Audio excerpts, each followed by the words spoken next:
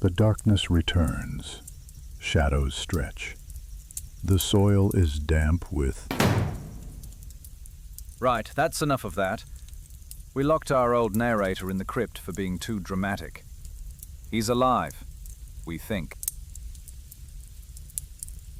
This is MDT, Mildly Disturbing Tales, where history isn't just dates and battles. It's the texture of old straw, the stench of fear, and the echo of very bad decisions. You might learn something here. Accidentally. Through a story. No tests. No lectures. Just the Middle Ages. As they really were.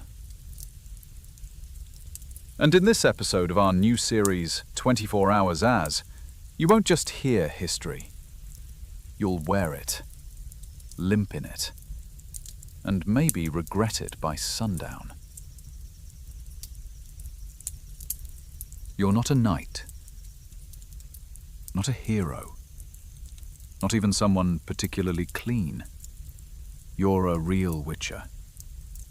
A man for hire in a world that believes cabbage can be haunted. There's no magic. No potions. No steamy encounters with sorceresses. Just bad knees, splintered swords, and deeply suspicious goats. You think your name sounds heroic, like, I don't know, Geralt? From somewhere cool like Rivia. No. You're John. Not even Geralt. Just John. From nowhere in particular. People call you a beast hunter, not because you're good, but because the village priest said, "Any idiot will do." And today, you've got work. Whether you're listening from a candlelit attic, a noisy dorm, or under suspiciously scratchy bedsheets, tell us in the comments, where are you? What time is it? Because somewhere out there, someone else is doing the same thing. Listening, breathing, not sleeping. If disappointment wrapped in leather is your thing, maybe subscribe. Now, dim the lights, and prepare to spend 24 hours as the least magical witcher who ever lived.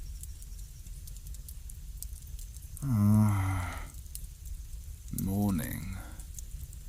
The kind that doesn't so much begin as resume its slow siege.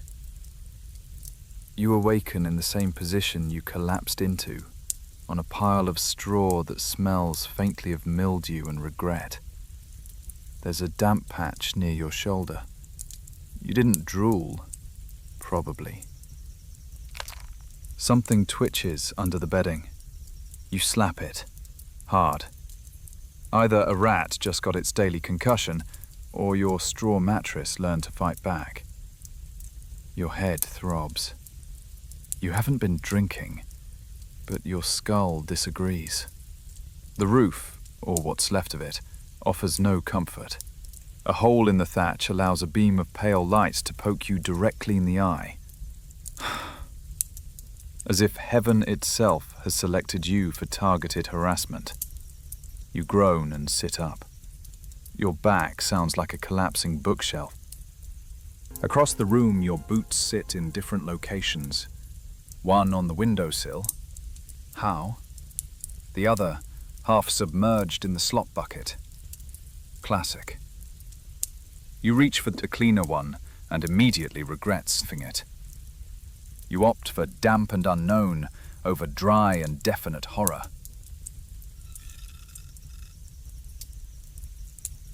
As you stand, the wooden boards creak like they're trying to tell you secrets in a forgotten language. Your knees crack. Your hip pops. Your spine mutters a death wish. You catch sight of yourself in a dented piece of metal you keep on the wall as a mirror.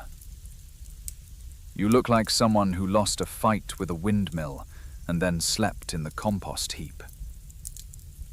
You mutter a spell under your breath. Not a real one, just a hopeful curse. Please let today not be as dumb as yesterday.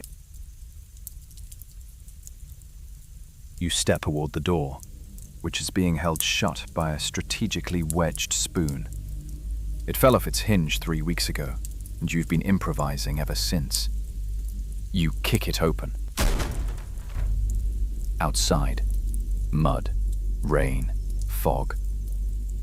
A chicken watching you, like it knows what you did last summer. You breathe in the air. It smells like wet wool, sour beer, and that one time you tried to clean your boots with milk, don't ask. There's a faint whimper from the stable. Probably just Roger, or the goat, or both, honestly, hard to tell. You stretch. Something in your shoulder detaches and doesn't come back. You head around the corner to your rain barrel. It's frozen on top, but you punch through it with the kind of dignity only a man with nothing to lose can summon. You splash the water onto your face. It's cold, like reconsider your life choices cold. You pat your cheeks. You're awake now, at least physically. You look up at the sky. Grey, non-committal. The kind of sky that won't make a decision until it's too late. You turn to the door and yell, "Roger!"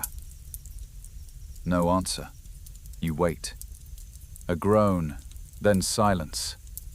Then what sounds like someone vomiting softly into a bucket while humming a folk tune. Yup, Roger's awake. You sigh. A new day has begun. You're broke, you're bruised. You're definitely infected with at least 2 kinds of medieval mold. But you are, technically, open for business.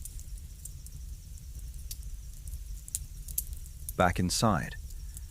Not because you wanted to, but because a bird looked at you funny and you got self-conscious. You shut the door with a limp thud. No latch, of course, just a brick, a spoon, and positive thinking. The room is exactly as you left it 5 minutes ago. Cold, crooked, and in quiet defiance of basic geometry.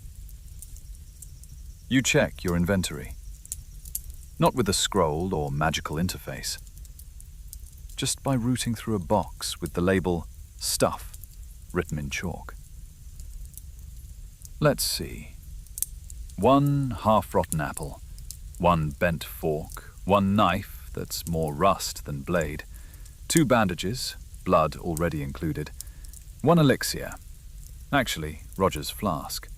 Smells like onion and regret. 4 coins of questionable origin and something furry. You put that back without investigating further. You pick up the knife and begin sharpening it on the pewter spoon. Again. It makes the same noise as Roger singing when drunk. Outside, a gust of wind throws something off the roof. It lands with a metallic clang. Probably your dignity. You sit by the door and stare out through the cracks in the wall. One of them is wider than it was yesterday. You should fix that. You won't. The morning creeps on. You sip something from a chipped mug. You don't remember making tea. You don't even remember owning this mug. You sniff it. You put it down. Next to you, the list of outstanding jobs is pinned to the wall with an old fishhook. You reread it for the 5th time this week. Possessed goat. Escaped. Woman says her bread screams. Suspicious fog in privy. Man claims shadow is following him. Turns out it's his own. Roger's attempt at poetry. You cross that last one out violently. You hear a thump from the loft. A cat? A ghost? Or just the thatch giving up on structural integrity? You glance toward Roger's sleeping corner. It's more of a depression in the floorboards, surrounded by beer bottles and one embroidered pillow that says, "I'm the prize." What a terrifyingly quiet morning. You reach for the lute, Roger's pride and shame, and strum it once. It immediately loses a string. You put it down slowly. You think back to last week. There was a job. Some noble's wife swore her child had been replaced by a changeling. You arrived, looked the baby in the eye, and told her, "That's just what babies look like." She paid you in potatoes and a scowl. Another time, you were called to banish a spirit from an old granary. Turned out to be mice, very passionate mice. You gave them privacy, and charged extra. This is your life. And yeah, there's always that moment, that calm before stupidity arrives dressed as panic. You take a breath, stretch your neck, feel your stomach growl, louder than it should. And then, footsteps. Fast, clumsy, panicked. You lean toward the door. Wait for the knock, any second now. There it is. You smile. Something dumb has finally happened. The knocking continues. It's not polite. It's not rhythmic. It's the kind of knock that says, "I'm panicking and I've already soiled myself a little." You open the door.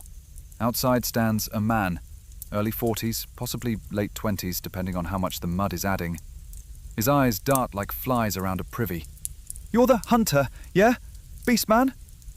You nod, slowly, not because you're confident, but because you're still trying to wake up. The man leans forward, whispering, "Something's growling under my house." You blink, then ask, "Have you considered rats?"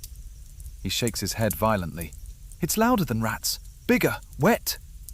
"Wet?" He nods again, more vigorously, like someone trying to shake out a thought that won't leave. You sigh, step outside, and gesture to the bench by the door. "Sit," you say. "Tell me what happened." He sits.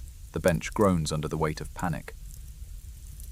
"I woke up last night to this noise, like snorting, and a low growl from beneath the floorboards." It's not a great impression, but you get the idea. He continues. "At first I thought it was my wife. She does snore, but then I remembered she left me in spring."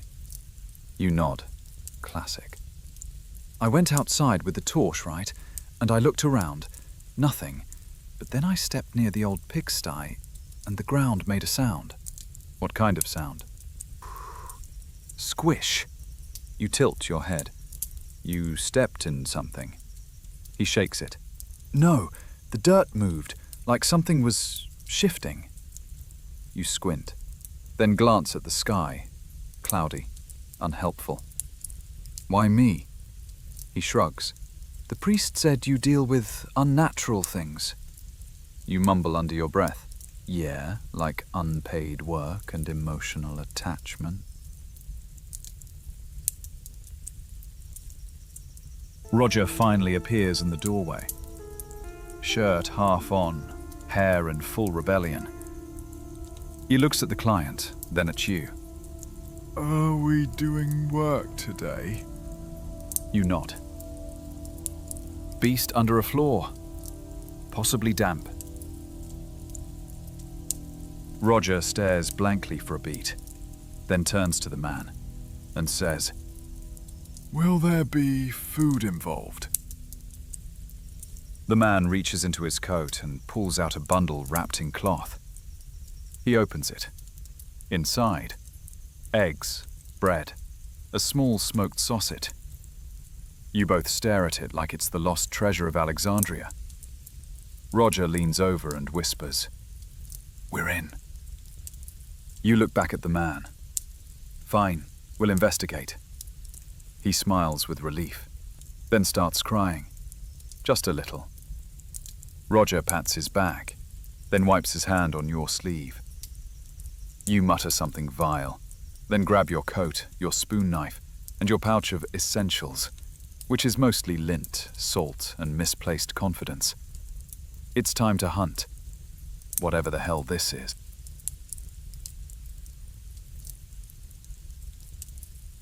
The man leads you through the village. Roger walks beside you, chewing on the end of the sausage like he earned it. You decide not to ask how he got it so fast. The village is the kind of place where chickens outnumber humans, and most homes look like they were designed by someone who lost a bet. People peek from behind curtains. One old woman makes the sign of the cross. Another makes a gesture you don't recognize. Roger waves to both. You approach the client's house. It's squat, crooked, and somehow damp, even though it hasn't rained yet. "Here," the man says, pointing to the pigsty. "It started here, and now it's under everything." Roger squints. "How do you know it moved?" The man shrugs. "My daughter said she felt it." "Your daughter?" "She's 3, very spiritual."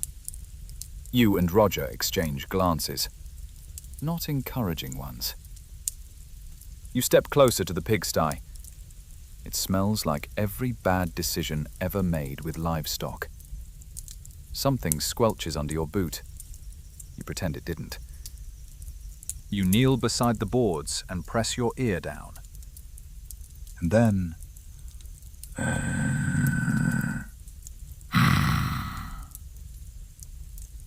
You sit up slowly. Look at Roger. He says, "That was either a demon or a very confused pig." You nod. Could be both. The man watches you with wide, desperate eyes. "I need it gone, whatever it is." Roger stretches. "We'll need a few things." "Like what?" You start counting on your fingers. 1, salt. 2, bucket of water. 3, vinegar. 4, one of your loudest chickens. "Why the chicken?" the man asks. Roger leans in and says, "It's symbolic." It's not, but he says it with enough gravitas that the man nods like it makes perfect sense. "And," you add, "if you want the full ritual, we'll also need lunch." The man blinks. Roger adds, "Spiritual strength requires physical fuel." 5 minutes later, you're sitting at his table, eating fried eggs and chewing on dry bread, while he runs around the yard looking for the symbolic chicken. Roger leans back and says, "Sometimes I forget we're frauds." You sip water and reply, "Speak for yourself. I'm barely even pretending." Outside you hear clucking, then a scream. The man returns holding a very angry chicken and a face full of scratches. You nod approvingly. "Perfect! We begin at dusk." He gasps. "Why dusk?" Roger leans forward, eyes narrow. "Because that's when the shadows are weakest." That's not true, but it sounds cool, and that's half the job. Dusk. The village gathers like moths around stupidity. Word has spread. The hunters are here. You hate that word. Makes it sound like you know what you're doing. Roger, of course, is eating an onion like it's an apple, just to ruin the ambiance. You stand near the pigsty, arms crossed, trying to look mysterious. It doesn't work. Someone asks if you're lost. Another offers you a shovel. Roger whispers, "They think we're here to bury something." You reply, "We might be. Hopefully not us." The air grows colder, dramatically, conveniently. The client hurries over with the supplies. Bucket, salt, vinegar, chicken. Still angry. You nod. "Excellent. Where's the priest?" The man frowns. He left. Said he doesn't do livestock cases. Reasonable. The crowd murmurs. A few villagers clutch rosaries. One woman holds a broom like a sword. Roger leans over. What's the plan? You mutter, step 1, look busy. He nods, expert level. You begin circling the pigsty, sprinkling salt like you mean it. The chicken squawks in protest, as Roger holds it aloft like some kind of feathery talisman. Low rumble under floorboards, the crowd gasps. You pause, lean down and press your hand to the ground. Deep growl, definitely a noise, definitely moist. You rise slowly, look at the crowd, then say, firmly, "It's worse than I feared." Roger follows with, "It's ancient." Someone screams. A goat faints, possibly unrelated. You raise both hands. It's not just a beast. It's a bound spirit of gluttony and bile. Old, pig-shaped, angry. Gasps ripple through the villagers. One man crosses himself so aggressively he nearly falls over. Roger adds, "It feeds on offerings, and fear, and onions." A child drops an onion and starts crying. You step back, make a circle with the vinegar. It hisses as it hits the soil. It doesn't actually hiss, but no one questions it. You shout, "Stay back!" The villagers recoil as Roger begins chanting something that sounds vaguely holy. It's actually the lyrics to a tavern song, but you doubt anyone here speaks Breton. The pigsty creaks, moans, groans. The ground trembles just slightly. And then, silence. You whisper, "It sleeps again. For now." The villagers cheer. Roger bows. You wipe your hands and say, "That'll be 3 loaves of bread and 1 jar of anything not cursed." Nobody even blinks. Best performance of your career. The crowd doesn't leave. They linger like smoke, clinging to nonsense and the smell of vinegar. Roger, emboldened by applause, begins tuning his lute, loudly, off-key. You crouch beside the pigsty, pretending to inspect the earth. In truth, you're trying not to laugh. You just got paid in applause, panic, and 3 suspiciously soft loaves of bread. An old man steps forward, beard like a frost-bitten bush, voice like gravel in soup. "What was it? Really?" You straighten, nod solemnly. It was an echo of something older, bound by fear, awakened by ignorance.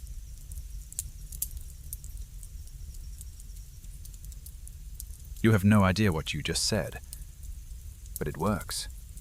The man nods like you just handed him the answer to life. A woman grabs Roger's sleeve. "Can it come back?" Roger looks to you.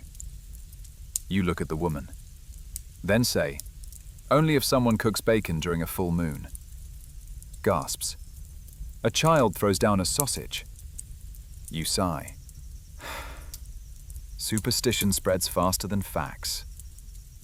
A teenager raises their hand. "Can it possess other animals?"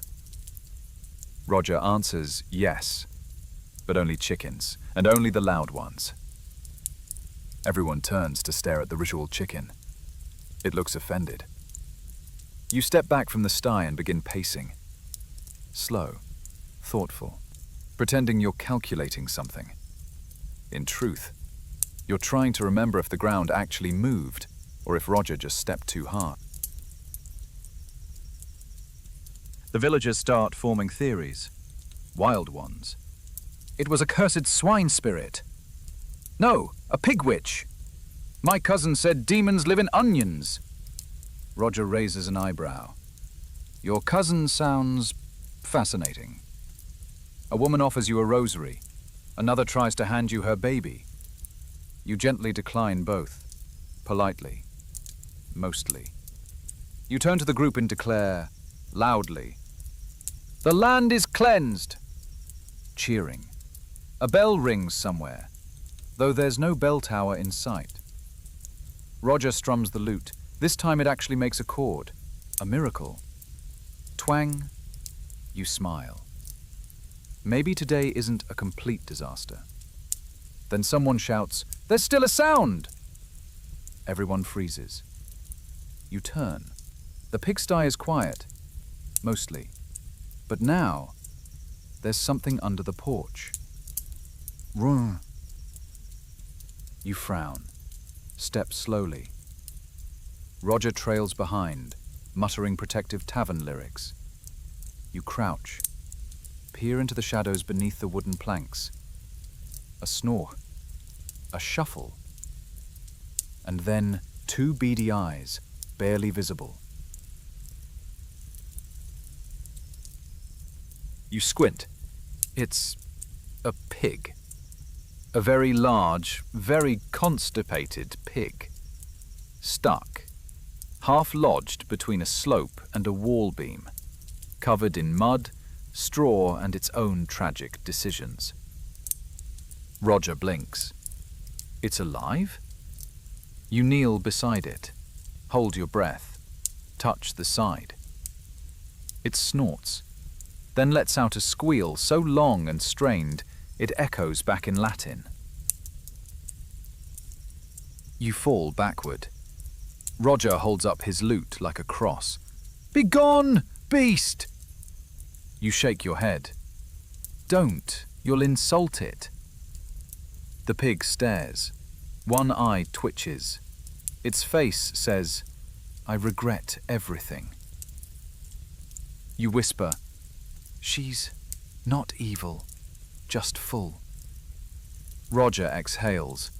"Poor thing, she must have eaten something terrible."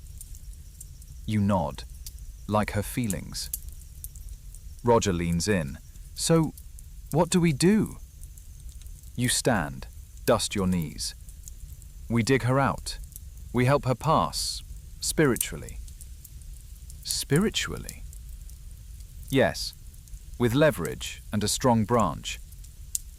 The next 20 minutes are spent in solemn labor. Grunts, heaves, Roger swearing in 5 dialects.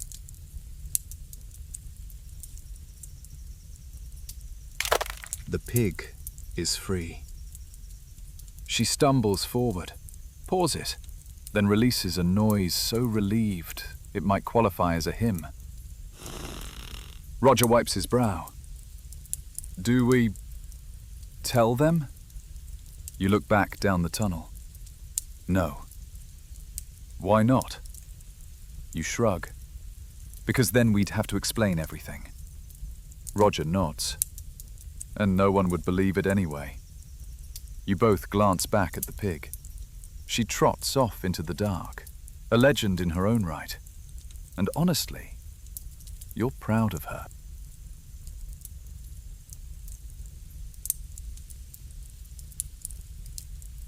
You emerge from the tunnel looking grim. Dirt on your face, straw in your hair. Slight limp for dramatic effect. Roger follows, carrying a bucket and a stick. He looks like a hungover priest on laundry day. The villagers gather again, eyes wide with fear and curiosity. You raise your hands. It is done. One woman starts weeping. Another drops to her knees. You continue. But traces remain. The spirit lingers, beneath, within, around. Roger adds, "We must perform the rite of final purging." You nod solemnly. Yes, the vinegar rite. The villagers murmur. It sounds sacred, sharp, cleansing. You step toward the pigsty with your tools, a ladle, a pouch of salt, and a jug of vinegar that smells like heartbreak and pickled socks. Roger starts to chant. It's not Latin. It's not anything, just syllables with gravitas. You circle the structure, sprinkling salt and muttering nonsense. Roger strums his lute once. Dramatic. You raise the vinegar and shout, "Begone, foul presence! Return to thy brined prison!" Then you splash the vinegar onto the threshold. Someone screams. You pause, just long enough to make them think that was planned. Then you stab the ladle into the mud, dramatically, like you're sealing a portal to hell. Roger yells, "The gate is closed!" People cheer. The rooster crows, a baby farts, an old man collapses from joy.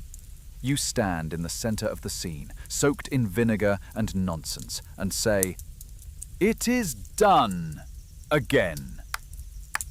Roger starts a slow clap. Nobody joins in. But it doesn't matter. You've completed the show. And they believe. And that's all it takes. The villagers swarm you. With gifts, you receive bread, real bread. Not the cursed kind, not the kind that screams, just bread.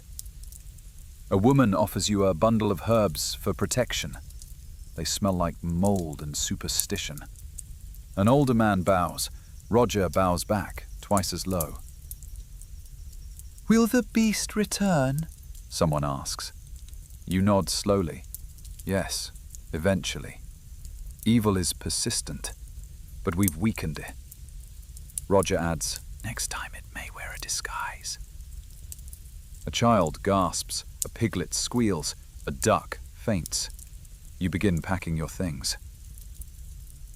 Which means wrapping the vinegar jug in a turnip sack and pretending the mud on your shoes is symbolic.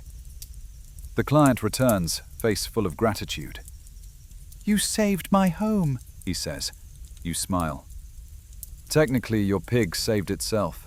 We just encouraged the process." He doesn't hear you.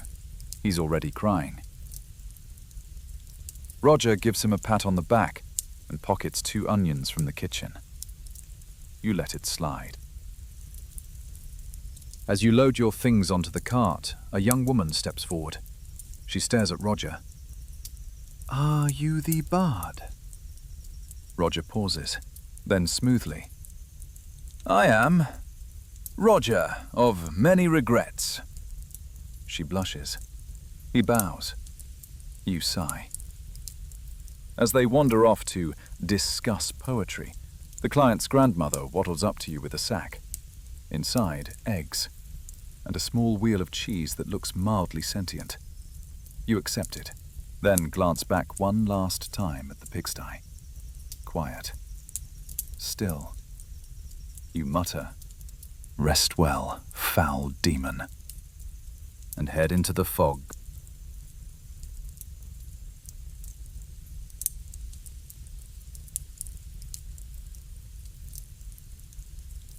Back at the house, you sit at a rickety table, staring at your reward. 1 wheel of cheese, 5 eggs, 3 onions, a sack of bread, and an offer. The client scratches his head. "You can also have my cousin's goat." "Or my cousin?" You raise an eyebrow. He clarifies. "She's unmarried. Handy with sheep? Good lungs." Roger leans in and mutters, "Take the goat." You wave it off. "No need. The bread is enough." Roger looks betrayed. "You said we needed protein." You take a bite of the bread. It's soft, almost good. You narrow your eyes. "Did we just win?" Roger shrugs. "Define win." You sip lukewarm soup. It's better than usual. Less bones, more water. Across the room, someone plays a flute, very poorly, possibly in your honor. The client returns with a small pouch of coins. You weigh it in your hand. Light, You open it. Inside, 4 actual coins and a carved button. You look at him. He shrugs. It's lucky. Roger pockets the button immediately. I can feel the luck, he says. You finish your soup. Stand. Stretch. Your spine makes a sound like a snapped lute string. The villagers gather to wave you off. They smile like they've just been saved by legends. You didn't lie. You just presented alternative truths. And now, it's time to go. Until the next demon farts under a barn and someone panics just enough to call you.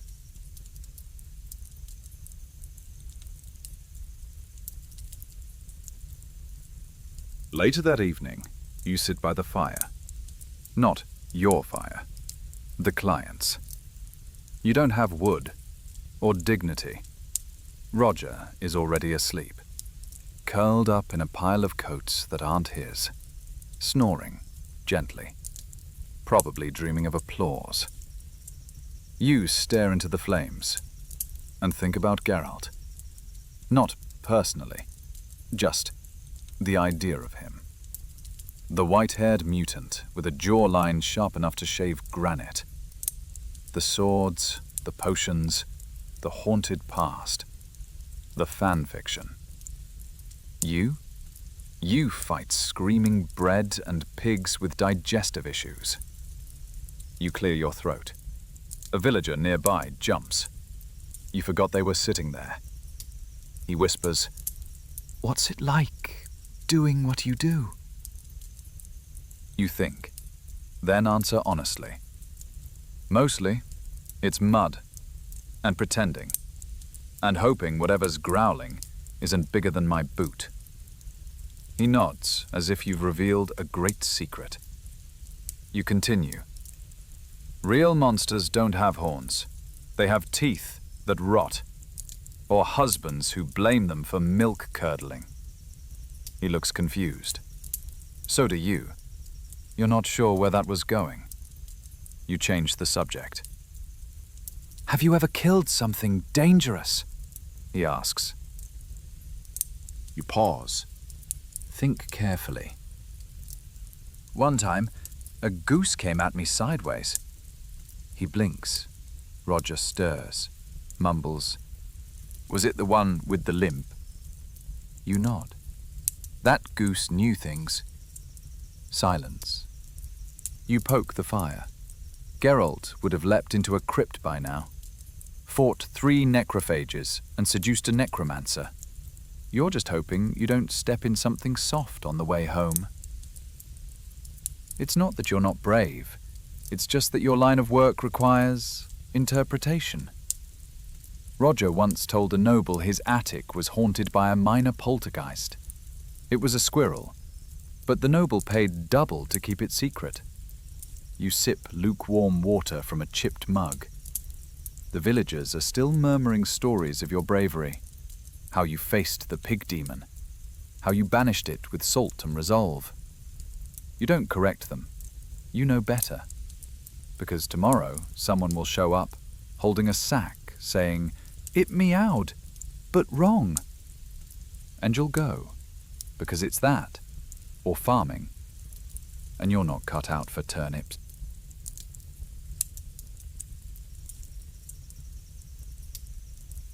Let's be clear. There's no guild, no medallions, no secret mountain where you're trained by half-blind monks in the art of monster decapitation.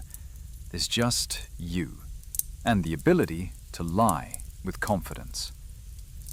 Being a real witcher, not the storybook kind, means you've handled a possessed cow that was just old, a haunted well, a banshee, actually a very angry widow, a fire demon, chimney blockage.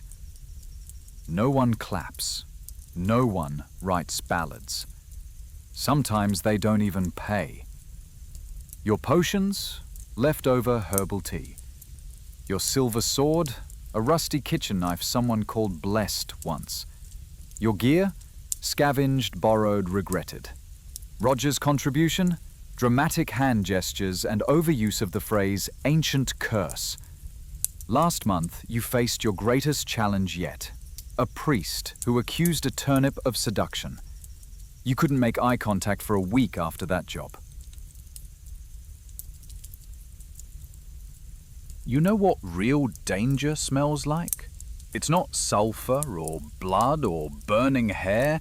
It's desperation. It's the way a client looks at you when their world no longer makes sense and they need you to pretend it does. That's the job. You're not a slayer of beasts.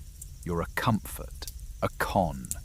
A cross between therapist, janitor, and traveling panic sponge.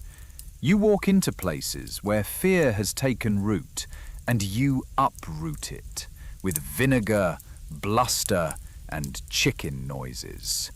And for that, you earn bread. Maybe a coin. Once, a goat. You still have that goat. It hates you, but you earned that hatred. Honestly, it's better than farming.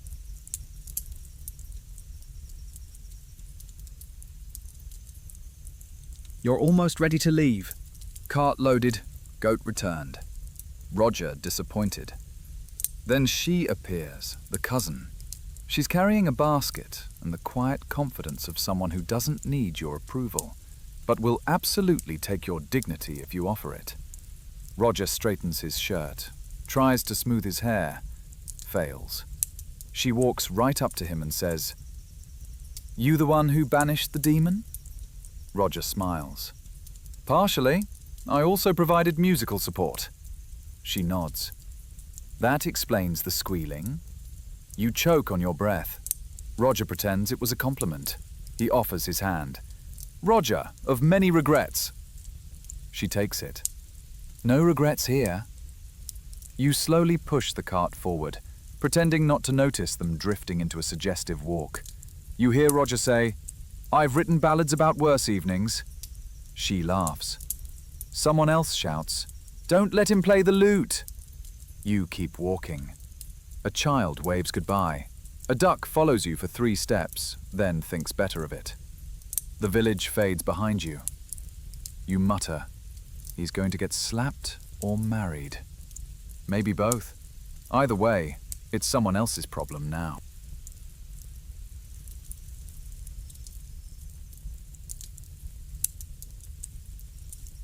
The road stretches ahead. Muddy, uneven, utterly unimpressed by your recent triumph. Roger is humming behind you somewhere, possibly composing his next disaster. The cart wobbles. One wheel is loose, another is missing entirely. Your boots squelch. You glance up. The sky is clearing, just a little. A reluctant patch of stars peeps through the clouds. It doesn't feel like victory, but it does feel done. You sigh. Then, a rider appears on the horizon. Cloaked, urgent. You stop, raise a hand. The horse slows. The rider leans down. "Are you the hunters?" You nod, slowly. She throws a scroll at your feet. "It started again. In the east. Something's hatching." You stare at the scroll, then at the clouds, then at Roger, who now appears to be practicing dramatic exits with a turnip. You mutter, "Of course it is." You pick up the scroll, tuck it under your arm. Another day, another curse, another misunderstood barn animal. You trudge forward. Because real witchers don't retire. They rot creatively.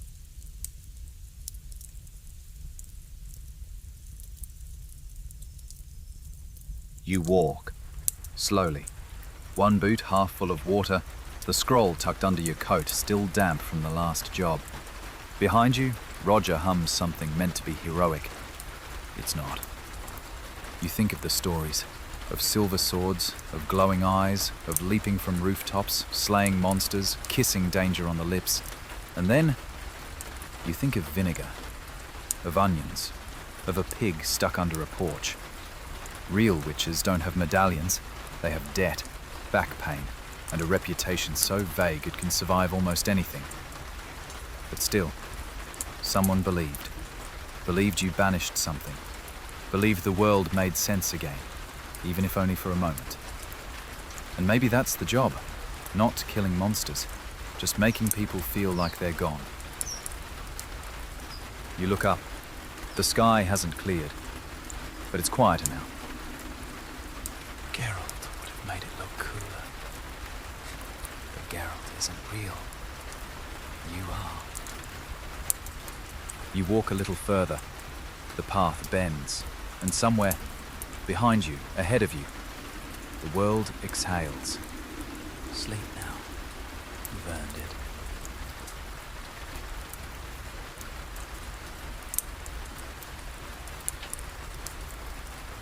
The fire fades, the story ends. Got a tale worth telling? Whisper it in the comments. And if you want more, subscribe. New tales every week.